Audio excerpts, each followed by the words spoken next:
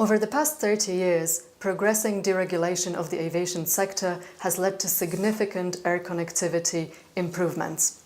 Air passengers can now fly to more destinations than ever and at a fraction of the price that they had to pay in, say, the 1950s. Deregulation, however, has also created a host of challenges for the policymakers. One of these challenges is to preserve lifeline services between the centers of economic activity and remote regions.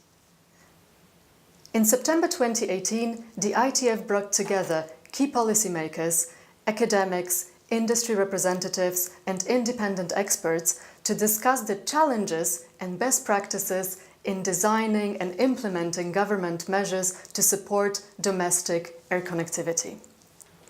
In the meeting, the experts reviewed government approaches to providing domestic air connectivity in Australia, Canada, Japan, Norway, Sweden and the United States in terms of their effectiveness in reaching government policy goals, as well as value for money considerations.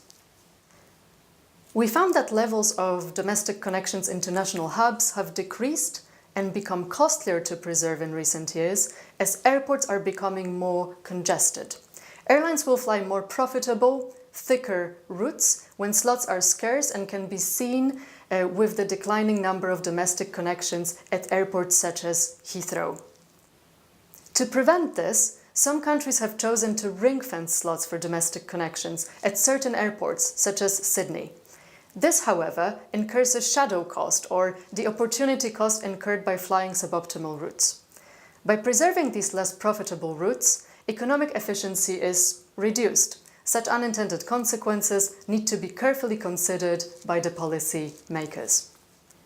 In terms of our recommendations during the event, we agreed that the policymakers should consider domestic connectivity across all transport modes, to use transport infrastructure more efficiently, but also to avoid adverse consequences from supporting one particular transport mode over another.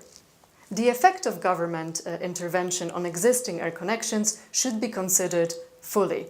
A subsidized connection to one airport could make another route unprofitable, with potential negative impacts for communities. And then finally, and very importantly, ideally local communities should bid for support in their regions and financially contribute to government measures. While national governments can make objective decisions and set criteria, without having their skin in the game, local communities will lobby for connections even when they are not needed, or at least not a priority. If you would like to find out more about this topic, sign up for our publications alert so you don't miss our report when it is published in November.